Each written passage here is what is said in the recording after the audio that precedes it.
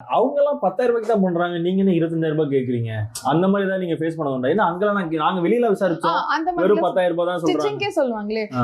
வெளியெல்லாம் 200 ரூபாய்க்கு தைக்கிறாங்க, நீங்க என்ன 1500 ரூபாய்க்கு தைக்கிறீங்க, ம். நீங்க வேணா இவங்களை வச்சு நீங்க வேலை வாங்கி பாருங்க, அப்போ உங்களுக்கே தெரிஞ்சிடும். ஏன்னா ஸ்டிச்சிங் அந்த நார்மல் பிளவுஸ் தைக்கிறோம்ல, அது வந்து எங்களுக்கு டே டு டே தான் ஓடும், அதில் எங்களுக்கு மார்ஜினே இருக்காது.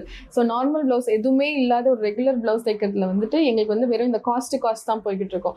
அதுக்கப்புறம் வேற எதுனா டிசைனர் ஒர்க் பண்ணுறதுல மட்டும்தான். ஸோ அதனால வந்து நம்ம வேற பிராண்டாக வந்துட்டோம், நம்ம வால்யூம் பண்ணலனா கூட பரவாயில்ல, குவாலிட்டி மெயின்டைன் பண்ணணுன்ட்டு நம்ம என்னோட பிஸ்னஸ் நான் இப்படி சூஸ் பண்ணிட்டேன் அப்படின்னா அதுக்கான சில ப்ளஸ் அண்ட் மைனஸ் நான் அக்செப்ட் பண்ணி தான் நான். ஆனா இதே மாதிரி இந்த ஒரு விமர்சனங்கள் வந்து கடையா இருக்கட்டும், பொட்டிக்கா இருக்கட்டும், ஹோட்டல் எல்லாத்துக்குமே வந்துட்டு பேசப்படுற விஷயம்.